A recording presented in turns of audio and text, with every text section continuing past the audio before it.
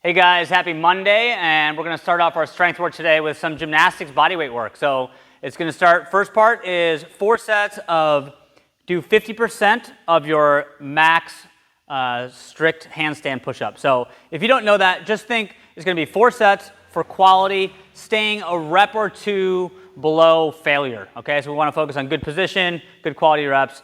All right, so if you can do 10 as your max, you're going to be doing 5 per round with a minute rest in between.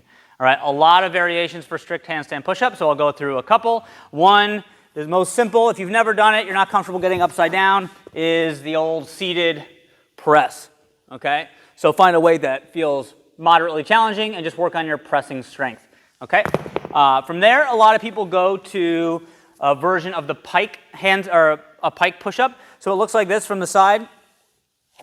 The hips are nice and high, and the chin is tucked between the arms. You tap the head at the bottom.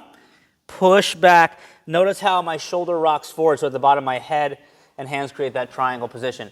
Even though this is considered the most basic scale, for those that are unable to do just regular push-ups, this can be really hard. And if you've never seen this before, you can actually use a band to set this up. So I can actually put this over my hips like this and then set myself up so it gives me a little bit of support, which is pretty cool.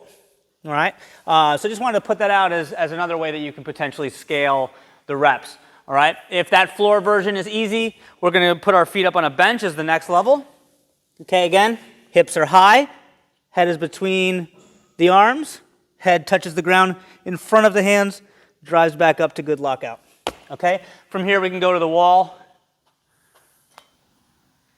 with a normal kick up. One thing I like to point out here is try not to stop on the ground. We do a kipping handstand push-up. We basically stop in a headstand, load our legs and hips, and drive back up. When you're doing a strict handstand push-up, ideally try to tap and go. It's like a bench press. You don't want to stop at the bottom of the bench press and then try to push back up. You want to keep tension down and up. So same thing when you're doing strict handstand push-ups is try to keep that tension, tap, and go. All right? So that's going to be the first part. Then we're going to rest as needed and go into 3 rounds of 3 ring movements. So it's going to be 10 kip swings on the high ring. So let's go over to the high rings. All right, so this is a cool drill because not a lot of people play on the high rings unless they can do muscle ups. The rings are great to swing around on, and today we're going to just focus on arch to hollow swings or kip swings. So you're going to jump up, all right?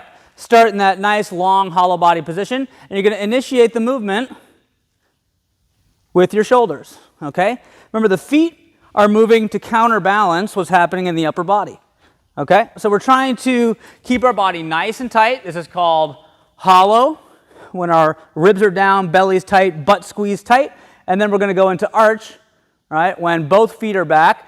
Again, butt still squeezed tight, opening the shoulder. So learning to control as you get comfortable in that position, you work on the range of motion. So 10 kip swings on the high rings. Fun drill for a lot of people to try.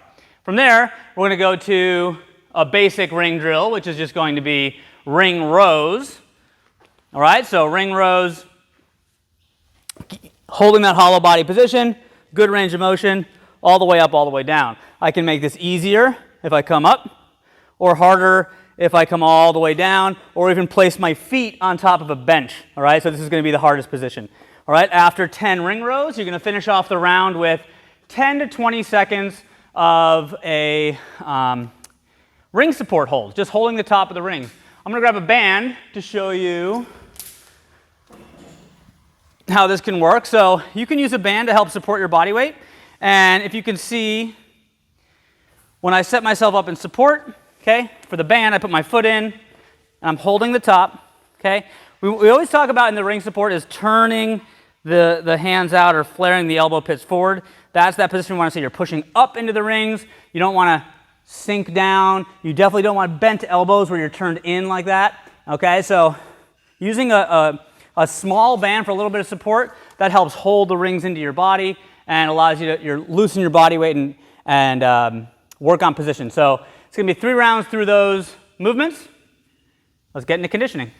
Okay, our Monday workouts, we've been doing chippers. So today we got 4 movements, 50 reps of each. Going to start with calories on the rower. All right, so 50 cals to start. From there, we're going to go to a movement that we don't do very often, particularly in the workouts, but it's going to be a med ball weighted V-up. So I'll show you what it looks like. Okay, so the ball is going to stay in your hands the whole time, and you're going to do a V-up.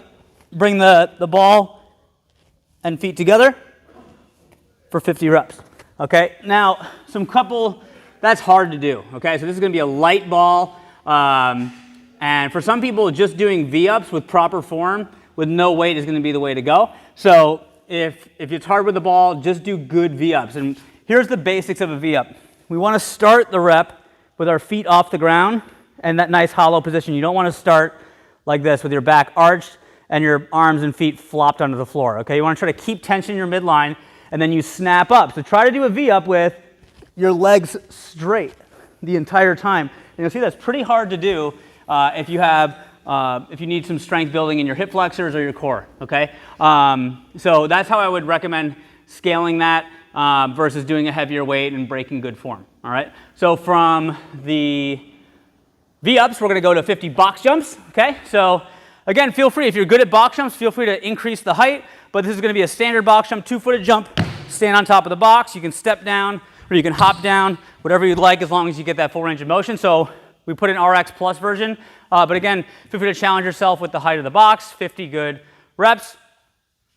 And then the last thing we're gonna finish off with is 50 single arm dumbbell push press. So watch from the side as I dip down. I'm gonna keep my feet flat, the weight's in the heels, and then I drive up overhead. Ideally finishing elbow locked out, nice and tight, so you can bring it right back down and get a few reps in a row. Again, feel free to challenge yourself with the weight, varying options here. If this is something that you're good at, challenge yourself with a heavier dumbbell than you normally use. And that is our chipper workout for the day. Have fun, guys. We'll see you tomorrow.